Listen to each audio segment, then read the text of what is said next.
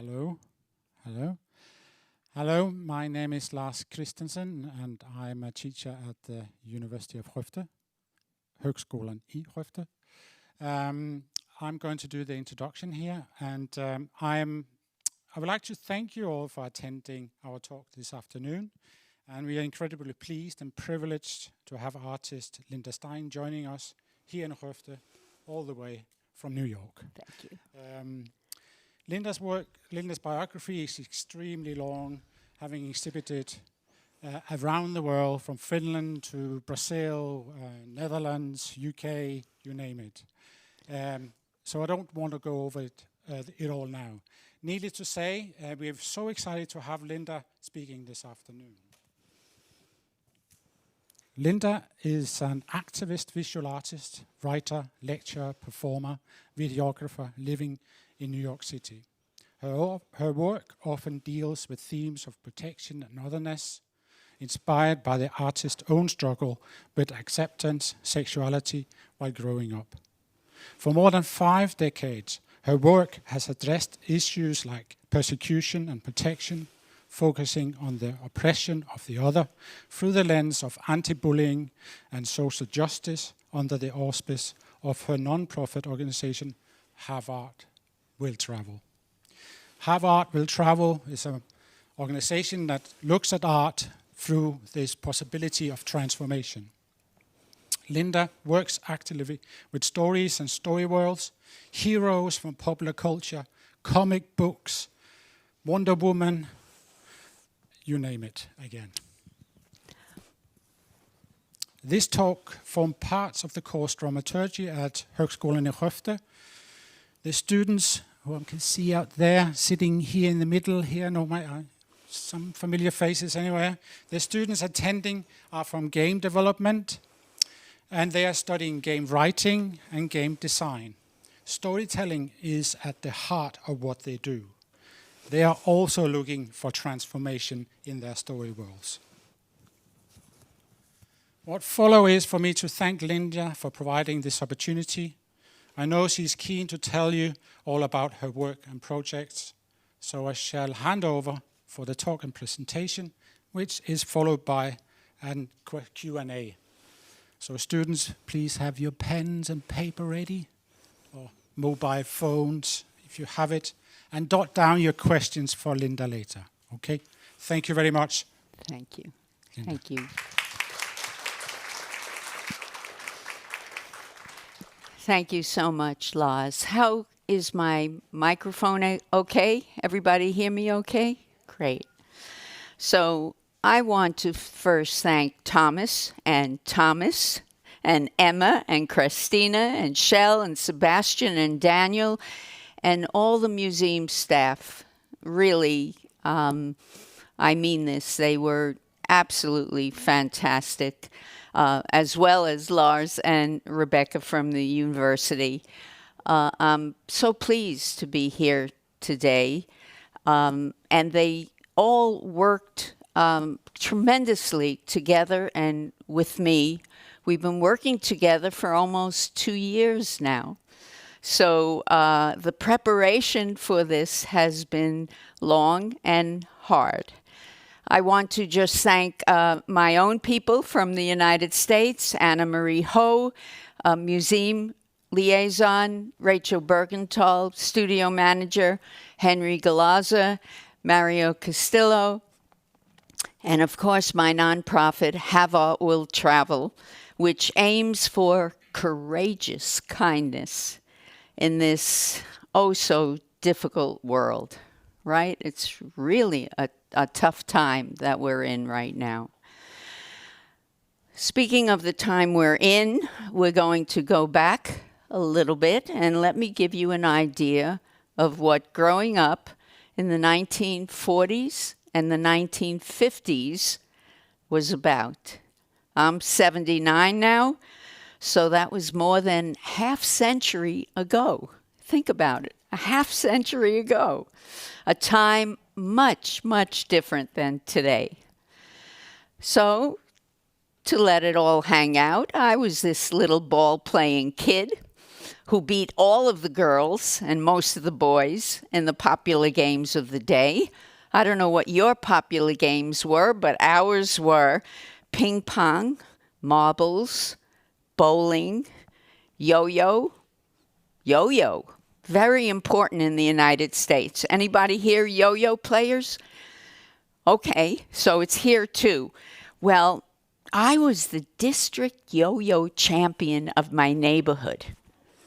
And I just cherished this diamond-studded, I thought it was real, diamond-studded yo-yo that I was given as a prize.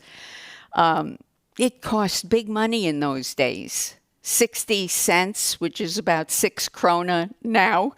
But I just love that. I think I still had it till a couple of years ago when I gave it to Smith College in the United States, which was housing my art archives and life archives, and not to Penn State, which has my education archives, which maybe the yo-yo was a part of my education. But so you get the idea. Sports took up most of my non-homework time after elementary school, and playing with girls was rare.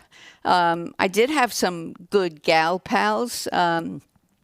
And what do you play? I think I played house, but house didn't compare in my mind with the box baseball and curveball played on the city streets of New York. Now, the curbs were a little higher than your curbs, a lot less clean than your curbs and your streets. And when I was about 10 years old, and in the 5th grade, I was at PS 94 in the Bronx, which is a borough of New York City, and it was whispered in my ear that Gary likes you.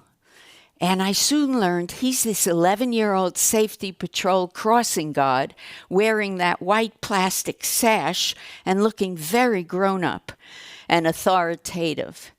My friends and I saw him every day when crossing the street to go home from school. His assignment was to be a protector, and that word is very important. So Gary as a protector when I was in 5th grade, which is 10 years old, meant a lot to me. And it occurs to me now that there were no girl crossing guards or girl protectors in those days.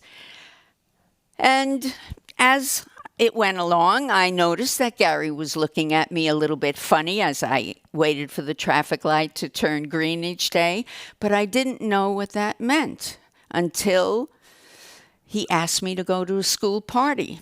And I knew that he was now my boyfriend. Now, this is significant, too, because I didn't ask any questions. I didn't think I could choose another boyfriend. Gary chose me, and now he was my boyfriend, and I was his girlfriend. So it seems that in the 1950s, girls didn't have very much agency, and this is just an example. And I accepted that. Now, my story wouldn't be really complete without you saying that growing up mid-century, we're talking about mid-20th century, I was growing up with my sister, who was a decade older than me, and very, very important. She was a professional model, my own role model, and I knew she was very, very sexy. In fact, I think it may have been this particular bathing suit that she's wearing in this fashion ad photo that was handed down to me when I was 14 years old. I just loved that bathing suit. Of course, I had to stuff the bra of the suit with nylon stockings to fill it out, but I idolized her and thought she was every bit as beautiful as the prime movie star of the day. Marilyn Monroe. It was Marilyn who was flaunted everywhere as the ideal female, the role model for what every girl and woman should want to be. This was the culture, the times in which I was brought up, and it needs to be seen as the background for my life's journey, my resource material, if you will. It was Marilyn and my sister who informed my teenage goals and desires. It spurred me on to have my hair one side forward and one side back, movie style. It was Marilyn and my sister who represented what I should aspire to as an adult at this midpoint of the 20th century. So with this background, it came as a real surprise when I found myself in bed with a woman. She was 2 decades my senior, a returning Queens College, that's a college in New York City, a Queens College student, and we were both sophomores, second year students in an Education 101 class. We played tennis. We bonded first as tennis players, and we played tennis every day after school, even in the winter when we would drive to a local tennis court, which you see is covered with snow, taking from the back of her car a tennis net and a shovel so we could remove the snow from the court. We had sex before I knew what the term homosexual meant. She and I shuddered to think that what we might actually be was homo. In my circle, that word was used in hushed tones and in jokes such as, "My mother made me a homosexual." "Oh, if I give her the wool, will she make me one too?" We just laughed and thought that was so funny, not even really knowing what the word meant. We became extremely worried and decided that she would ask her shrink, her therapist, if what we were doing was that. We waited anxiously to hear his answer. "No," he said, "don't call it homosexual. For therapeutic reasons, I guess, but I'm not sure." But this allowed us to heave a huge sigh of relief and continue our bedding each time we met. I was just so naive in those days. So, let's see what happens. I was as naive then as I was with Gary, the protective safety crossing guard. The word lesbian was hardly mentioned, and gay wasn't used much either. There was an enormous amount of stigma, real stigma, attached to the word homosexual. And we heard it was even listed as a mental disease by the Psychiatric Association in the United States. Life as second-year students in 1962 was like living on another planet. Even with homophobia still around now in 2023, so many people are now open to and accepting of non-binary folks and lots of variation. So fast forward with me now to my finally comprehending, that what we were doing was indeed homosexual, a word I knew uttered only in deep derision. My shame was then visceral and intense. I believed I now joined those who were amongst the most loathed inhabitants on earth. I began recording my feelings with sketches in a diary. I wrote, "I must tell no one. I must hide it from every living person I know. I'm totally despicable." Some of these faces I'm drawing look back at me with disdain, even disgust. I have to make sure they can't see me. But no, that's not enough. I don't want even the potential of being seen. Here my notes on the left top corner confirm that I came out to my sister and brother-in-law on June 20th, 1987. Oh, what an ordeal was that. I mean, you can't even imagine. They were living in Florida. I called and said, I'm coming down, but I'd like to speak to you and Dick alone. When can I meet with both of you? I mean, it was just ridiculous.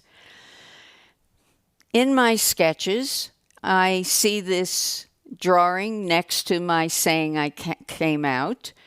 But to me, the imaginary face looks stern and displeased. It may not to you, but to me it felt that way.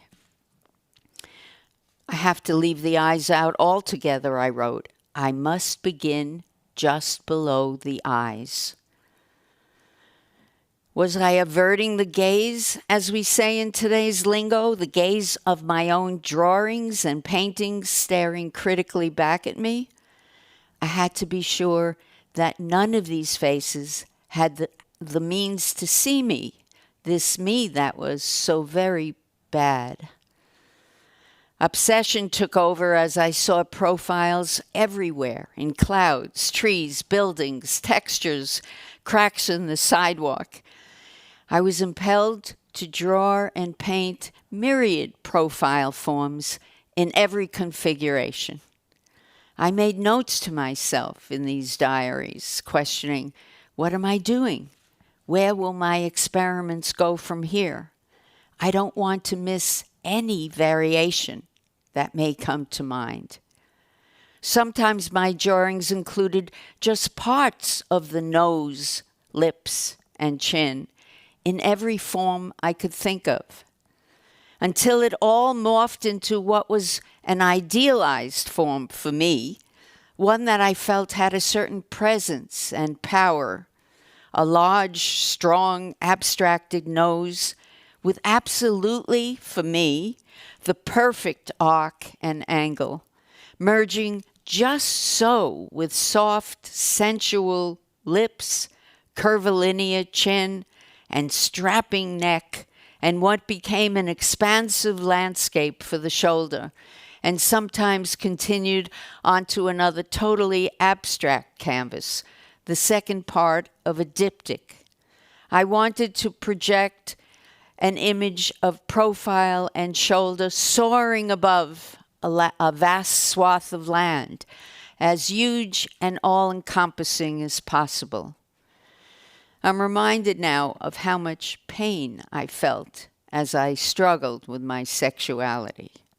Each of the 28 diaries I've now completed, and I'm just so grateful for having those diaries to say everything to. It recorded the ups and downs of my sexual life and revolving womanhood. My art and writing reflected everything. It showed that I was a budding feminist, an activist, with a longing to write and record my journey, to let it all hang out on the page in order to relieve my stress. And it did relieve my stress. It always had the effect of calming my nerves, easing my depression, and helping me feel less lonely and hopeless. I have to say it's really a bit weird rereading these diaries now, as I do every now and then, so many years later, to see such angst in my life, and to see on paper how being a pencil person soothed my anxiety as I modified and perfected in my mind versions of the profile over and over and over again. I eventually even decided to make a set of guidelines, as you see here, as if others could see my process and learn how to do it themselves. I was very careful to explain the angle and kind of line I wanted. I wrote, the nose begins with a fast line at a 75 to 80 degree angle. It starts dark and fades away. The point of the pencil barely touches the paper at the nose's tip. Oh, the sensuality of it all. The curve of the chin begins as dark as possible and then fades in a sweeping movement. These were my rules for making profiles, and I followed them faithfully. That is, until such time as I was led to reach beyond them. I created my profiles in series, and they're easy to follow on my website, lindastein.com, with titles that included identifiers such as the Profile Sketch Series, the Profile Solid Series, Profile Writing. So these are made up of lips, nose, chins, as if it were. Maybe it looks Arabic or Sanskrit or something, but it's my profile writing. Marbleized. I did a whole series of marbleized profiles. Fringed, I call this series. Compartmentalized. Now, there were maybe hundreds of compartmentalized drawings in the series. Notation. Letter. The Profile Palette Series. Here I would use actual palette paper itself to form a new profile after mixing my colors on this palette paper and using it to make paintings as I wanted. The Profile Daub Series. Profile Landscape. And here's another diptych. I so enjoyed making one side of the canvas completely abstract and the other side conforming to my profile rules. The Profile Flying Series. At times, these looked to me like maybe birds in the air, but I was honing in this automatic profile writing. And it was an idealized form that came deep from within. I don't even know how this all started. But then I was compelled to take envelopes, open up the envelopes, and address the envelope in profile writing and make squiggly lines or something that could represent the stamp. And squiggly lines or shading for the stamps. And this went on until the sculptor in me took over. And I use those words, took over, in a meaningful way. It wasn't that I said, oh, would I like to do this? I didn't. It was like I was compelled to do it. And this other series began, which had profile writing in combination with my idea of alphabet letters, in this case made with coral found on the beach. This construction is called All Letters Rest on a Baseline. Soon bent nails and found objects were replacing profile parts. And you see here maybe even paper clips and hooks and all kinds of things, but to me, it represented the format of a letter. And here you see shells and small stones included in what I called missives. I kept to the format of a written letter with date at the upper right, salutation as if it were Dear Ms. Jones, with comma, indentations, paragraphs, and signature at the end. This kind of work continued for a long, long time until I was asked by the curator of an exhibition called Bad Girls to make the most outrageous sculpture I could think of. And I was then launched on a new journey with the machete blade as focus. For me, the machete blade became a symbol of protection and power. I published newspaper and journal articles with the title, My blades are my bodyguards. In some exhibitions, the sculptures hung and swayed gently from the ceiling with almost invisible cords. And you'll see that in the gallery. There's a machete blade sculpture with a cord.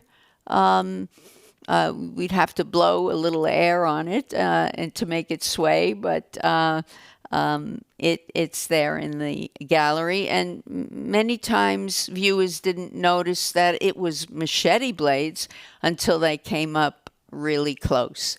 What I would do before I worked with these machete blades is I would dull them and smooth them so I could handle them. And in a way, it was almost like swords to plowshares in my mind. I was taking out the violent component of the machete blade and just focusing on its agricultural use and the beautiful curve. And that's what intrigued me most about the machete blade. And then in 2001, after 9/11, and running for an entire day from my ground zero studio, I was right there at the time, and the police came in and said, "Get out of here," and start running north. And I watched the trade towers just swoop down in one fell swoop, no tilting, nothing. And at one point before they fell, I turned around and said, "Why are they throwing furniture off the trade tower?" I mean, we were running, debris was all over the place, and realized then it wasn't furniture. It was people jumping. So I realized after that day that the word protection meant so much to me throughout my life, because I was running that whole day seeking protection. And I titled my next series, Nights, K-N-I-G-H-T, Nights of Protection. Again, making an idealized, rather androgynous. The work got more and more androgynous as I went along. And sometimes included superheroes and icons of protection, highlighting especially my all-time favorite upstander, Wonder Woman. But only from 1941 to 1947, when her creator, William Moulton Marston, made her protective without ever killing.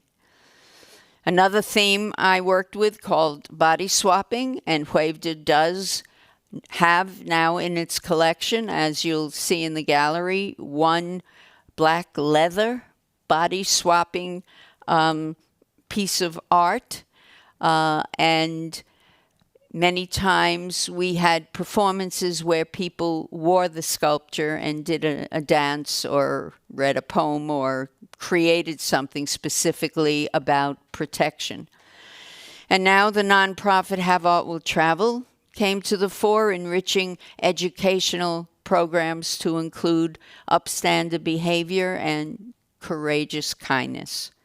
Body swapping was followed by many other series and stories, but all of these will remain for another occasion at another time in the future. So thank you very much.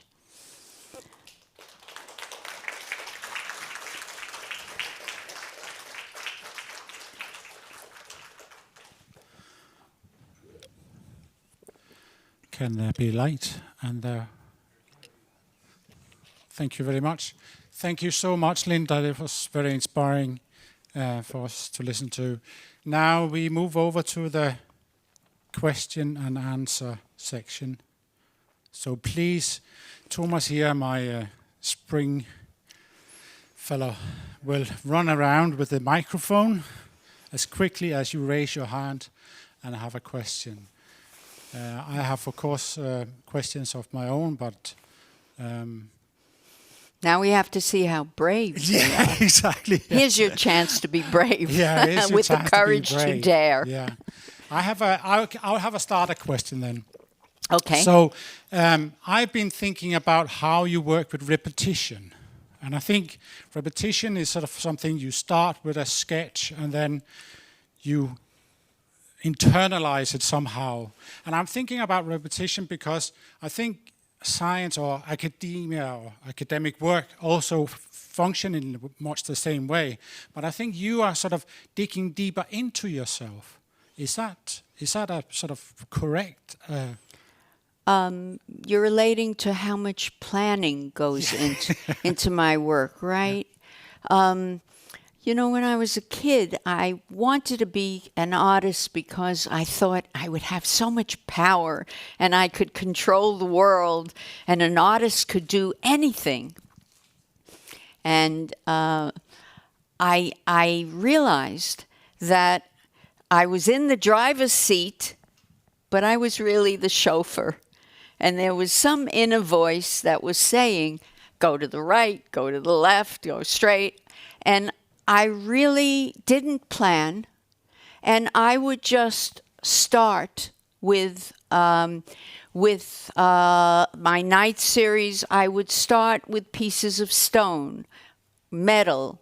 I would take a license plate from a car and cut it up and start adding things. Now, the shape was important to me, so that was planned. Although every time I did it, it was slightly different. But I grew to want to have one leg shorter than the other because somehow I felt, maybe from Egyptian art, I felt that when you saw Egyptian art, you always saw one foot forward and another foot back. And I felt the shorter leg and the longer leg gave the feeling of walking forward. So I did plan that. And gradually it became always this leg that was longer and this leg that was shorter, although at the beginning it wasn't that way. But I went to a garage sale, and I think there was this Winnebago car, and this man at the garage sale had a table filled with all these, what are they called? Wheel caps. Yeah. Right, wheel caps. So I said, oh, where did you get that? And he said, oh, you know, I have them around. If you want, you could have these at very little. In U.S. money, it was maybe $5 a piece. So I bought a whole lot of them, cut it. It wasn't easy to cut it, but I cut it. And the W I liked because it reminded me of Wonder Woman. And so the tapestries, I plan to be a certain size. But then when I start, I don't know what materials I'm going to use other than the images of the women, because that series was called Holocaust Heroes, Fierce Females. So there's a planning for the overall shape, but very little planning with materials that I use. But I'm also thinking about you are sort of very persistent on your topic. You probe into it, you probe again and again and again. And this is something that I think hopefully relate to what the students are doing, because they are also sort of doing stuff again and again and again to find a place where now I have the form, now I have the shape that I want. Or the theme that I want. And I don't know if you become obsessive in your gaming, if you find that you're obsessed with a certain kind of theme. Well, gradually, based on what was happening in the world, I became more and more of an activist, more and more upset with some things that were going on, more and more feeling that Gary shouldn't have the right to choose whoever girlfriend he wants, and then that's it. what about the girl choosing the boy she wants, and asking him out to a dance? In the 1950s, that didn't happen.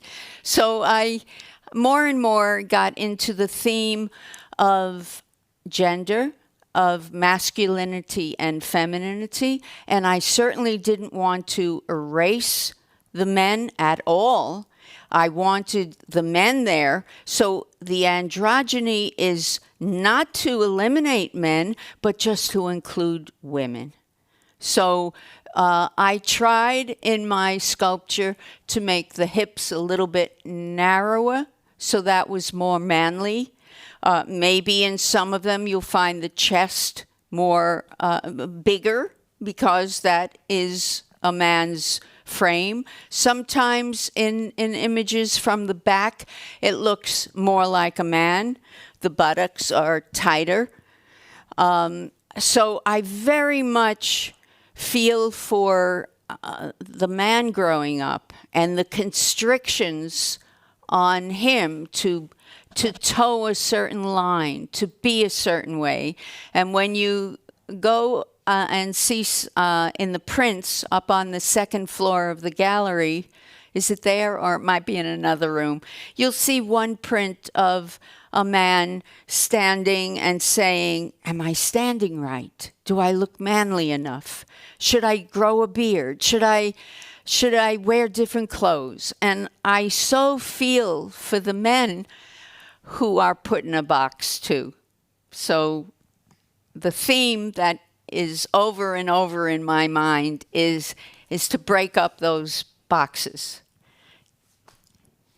One question down here, yeah. I was interested in your writing because the boxes you showed us, that had a kind of a letter shape with a goodbye and a hello, Mrs. or something. I was interested in if you're also a writer, because I find that the writing kind of goes from the start. The writings on the profile sketches are also very poetic. So I'm asking this because I'm a poet. If so I'm interested in writing, if writing is a part, if the language is a part of your art. Yes. Well, there is, up on that second floor, a series that I did during COVID. Yeah. And I wrote a poem about this experience during COVID that relates to that, and it's up on my website. And from time to time in my diaries, and going back, it's kind of funny, but significant to me, I find poetry is very important. But the other aspect of writing that you're bringing up is the actual physical writing. Yeah. And that I adore. Yeah. And how did I support myself when I was starting out as doing my art? I was a teacher for a while. And then when I stopped teaching, I started a calligraphy business. So writing was always very important to me. And that calligraphy business, I guess my love for the writing, I started doing the business all by myself. And just to encourage you to take chances, I made in that time we had mimeograph machines. I made a mimeograph pamphlet with my calligraphy on it. And and my boyfriend at the time, I was about 23 or something like that. My boyfriend at the time said, "Oh, Linda, don't send that packet. It looks so amateurish. Don't send it. Do something professional." So I waited a month, and I said, "Oh, Bert, I'm just sending this out, just the way it is." And I sent out 12 packets, and I only got one response: Tiffany's. Oh. That is and wonderful. That was the beginning of my career, with these mimeographed little packets with, that plastic spine. I don't know, a clear plastic folder with a plastic. Tiffany's called me up and said, "Would you be interested in doing calligraphy for us? Sometimes people buy invitations, and we need someone who would address the envelopes." Would you do that for us? And I said, oh, yes, I'd be very happy to. And so while I was watching television, I would address envelopes. And then I got a call saying, oh, you know, we're having a big wedding and they need place cards. Would you do the place cards? I said, I'd be happy to. And I did the place cards. And then they said, we're having a wedding in London and they need menus. They only need 30 menus and we don't print anything less than 100. Would you write out 30 menus? And that's how it grew and grew and grew from this little plastic binder that I only got one response. And then I did Cartier and I don't know if you know these stars, Natasha Richardson and Liam Neeson, and the tennis star Chrissy Everett. I did the weddings, then I did invitations, and it got to be very big. So writing for me has two facets. Two different. Actually writing, which I love, and poetry I love. But the art of writing itself is important to me. Yeah. Oh, wonderful. I have one more question. Sure. As we are looking at your life story and also knowing that it started in a time with a lot of Gary and oppression, but also... I wonder where Gary is now. Yeah. It would be wonderful to see him. We can try and, you know, look for him on the internet. Yes. I did. I didn't find him. But then there was also a time where it was a lot of radical movements, even though it was violence. There was also a time to speak up and a time to change where everyone it wasn't easy with the change, but it was possible. There were people that wanted to go together. And the women's movement and then I'm like, now your art is, it's strong and radical. And now we're looking at the United States and seeing that a teacher can't teach if she shows the sculpture of David naked. Don't blame me for the United States. Do you feel that the art world, like how is it for young artists in the United States today? Do they feel that they have to stop themselves? Like, is it like, oh, I can't do this or I can't do that? I don't think we feel that we can't do this or that. But there's a very big difference between female artists and male artists in terms of access to the big part of the art world. So now there's talk in the United States, I don't know if you're reading about it, how women are coming to the fore and how we're, in some case, tripling the number of women that are exhibiting. So the Museum of Modern Art in New York used to have 2% women artists, and now it has 6%. Wow. And maybe in the last few months, it went up to 10% or 8%. I don't think 10%. So there's a real struggle, even though women are becoming more and more accepted, there's a real struggle for parity. I don't think in terms of subject matter, artists are prevented from doing anything in particular, although, look, there was a museum in London, or somewhere in the UK, I'm not sure, and they had an exhibit with Nazi imagery. So the newspapers wrote about that museum in they really were upset, put down, thought it was a anti-Semitic show, and I have Google accounts that tell me if anything is in the papers with my name. I'm sure you do that in Sweden also. And there was something that popped up, and this curator of the museum said, "Oh no, we're not anti-Semitic. After all, we exhibit the art of Linda Stein, a Jew." You know, so maybe to that extent, people can't do everything they want to do without getting some feedback, negative feedback. You know, are there shows that you've had in Sweden nationally that the people reacted to and thought they were terrible? I think it would be like that. Otherwise, we're not limited. Oh, thank you so much. It was so inspiring to listen to you. I'm glad. And I'm also very happy that you are an optimist, because I think you are. But I also want to know, because you say things are not the same as 50s, of course. Some things are better, but also we also feel that there is a backlash in the world. Yes. So some of things in the society are much better as a feminist, Yes. but some of the things are worse. Yes. But you are still an optimist, or could you maybe explain for us how you handle these issues? Yes, that was a very good question. I'm an optimist activist, or activist optimist.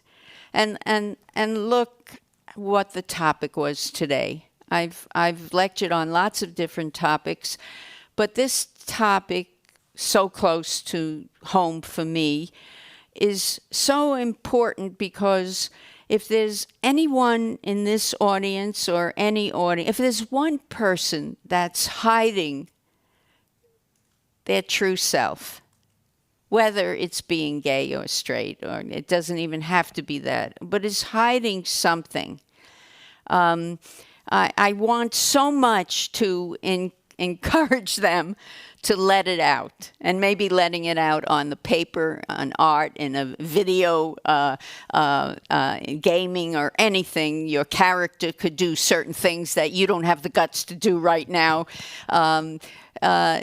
So my optimism, I think, is focused on that we could change.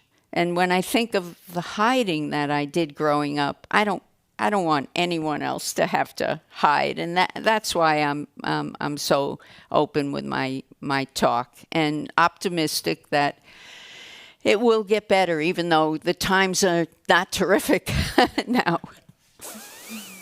You were talking about it earlier, about being an optimist as well. Yeah? Yes. Any more questions? If these students are expressing themselves or trying to express themselves, do you have an advice for them? I would say, what do you doodle? When you're on the telephone, when you're on your iPhone, what do you doodle? And you usually dismiss what you doodle and say, oh, that's nothing. And I would say, think again about what you doodle.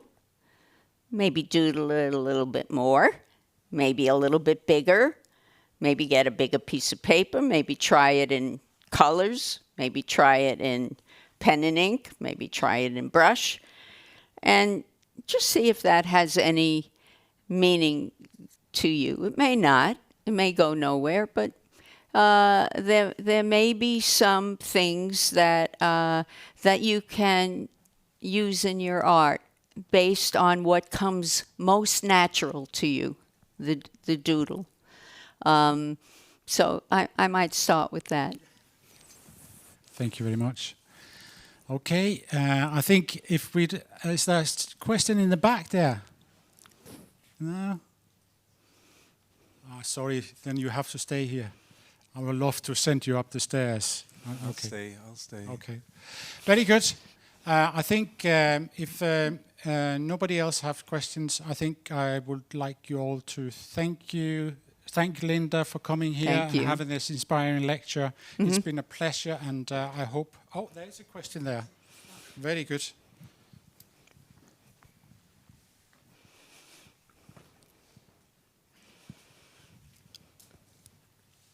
So I'm curious, what happened to your girlfriend during the time when you first started doing your angsty doodles? What happened to my girlfriend? Yeah. My wife is Helen. Raise your hand. My wife is sitting over there.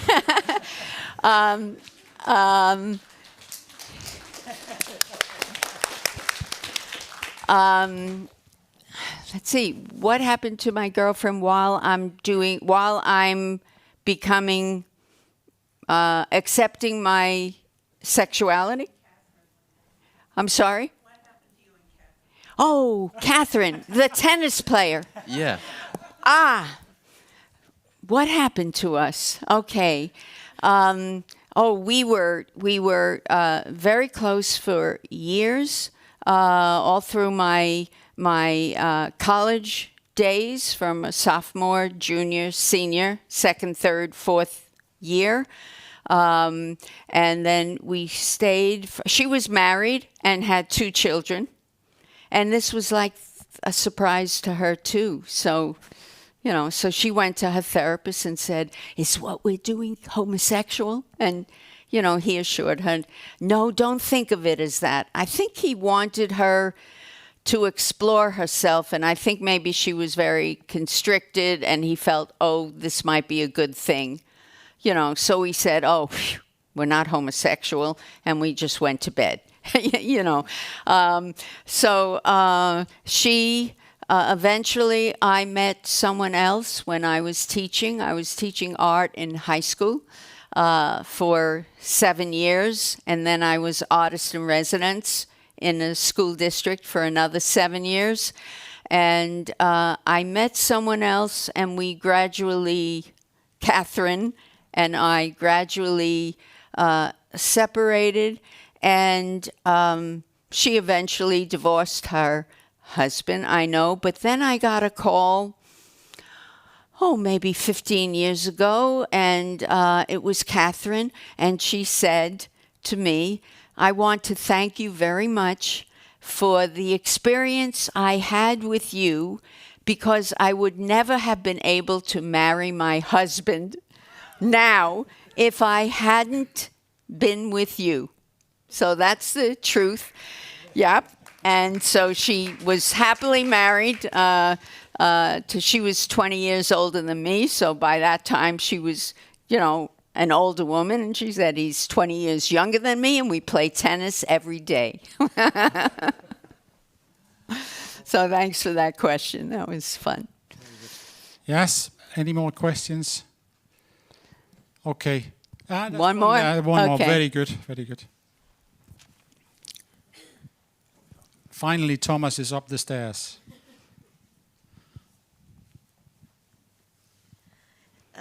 Well, I had 2 questions, actually. First of all, thank you so much for the talk. It was really, really, really wonderful to hear.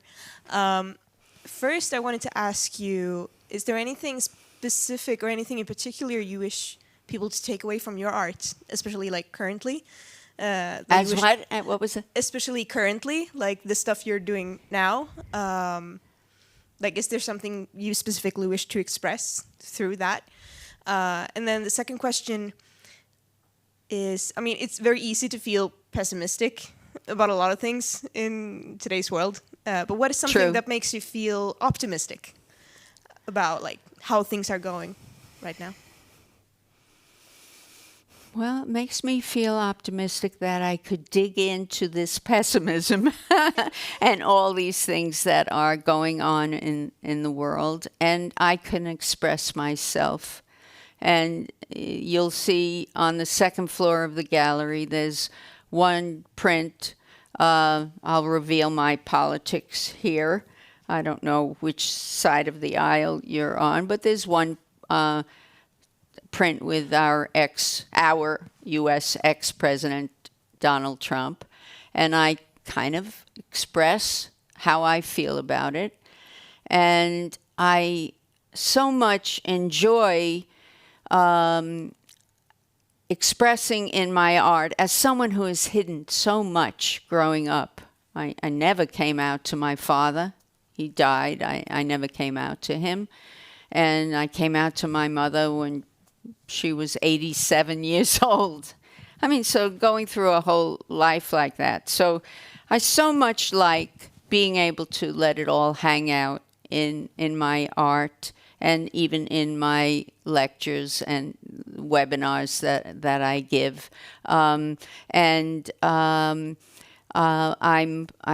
very much hopeful that we someday can live together as men and women on an equal basis, as left and right, as we say in the States, left and right politically.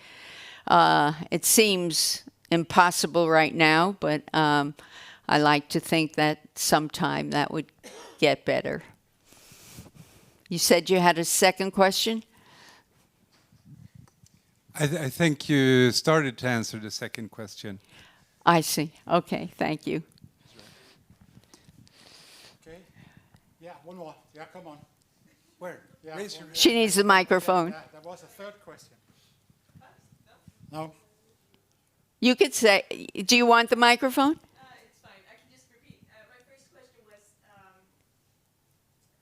what is something that you want to express or that you wish people take away from your current art that you're working on? Well, I'd like you to go to the gallery and take away the fact that I tried my darndest to present a figure that had both masculine qualities and feminine qualities.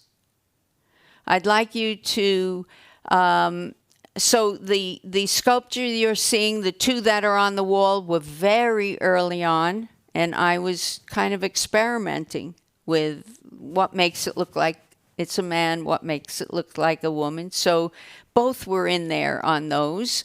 And I would like you to take away my overriding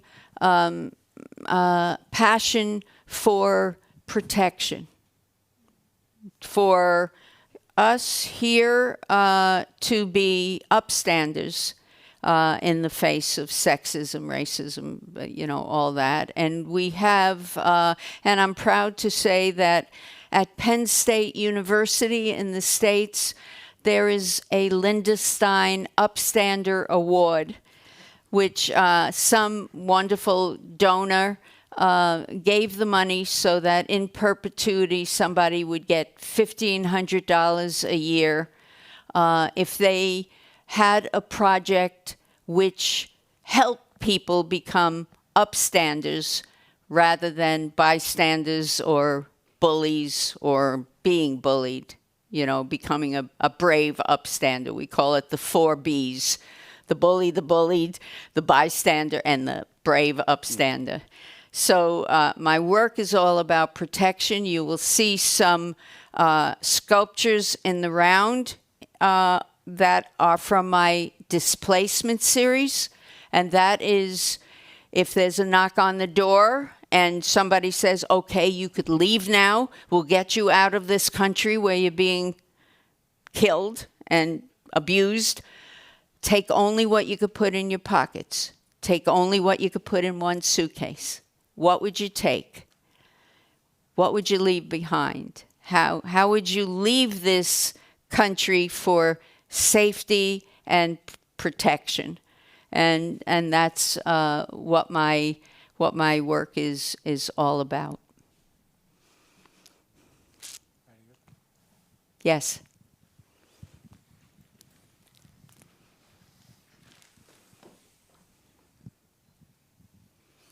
Hello, thank you. And I guess I'm just out for some general advice for, how do you stay creative, basically, and do you ever feel exhausted by the process of creating art?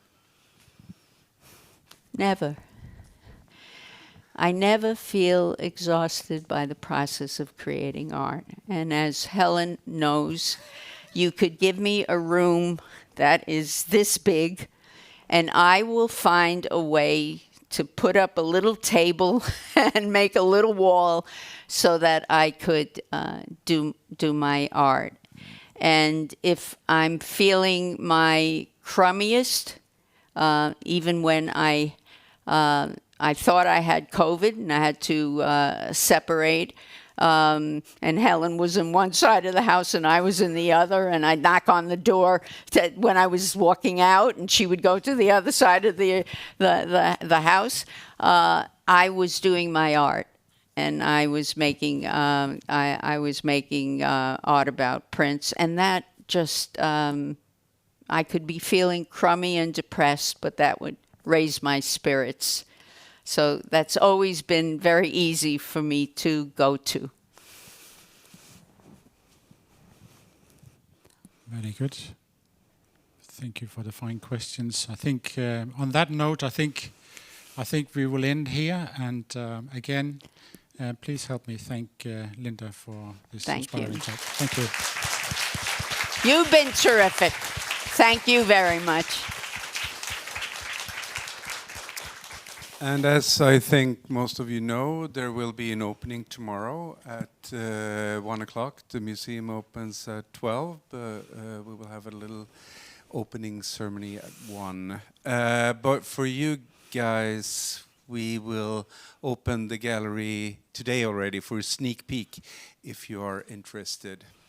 So right after this, we can go upstairs to the Stora Galleriet, and you will have the chance to see some of the works that Linda has talked about during her presentation now.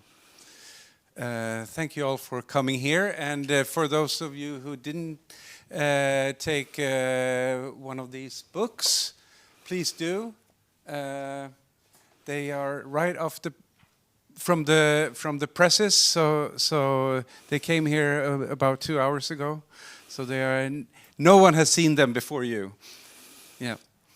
And let me just say, if you think of a question next week or something, please feel free to email me, linda@lindastein.com. It's over there.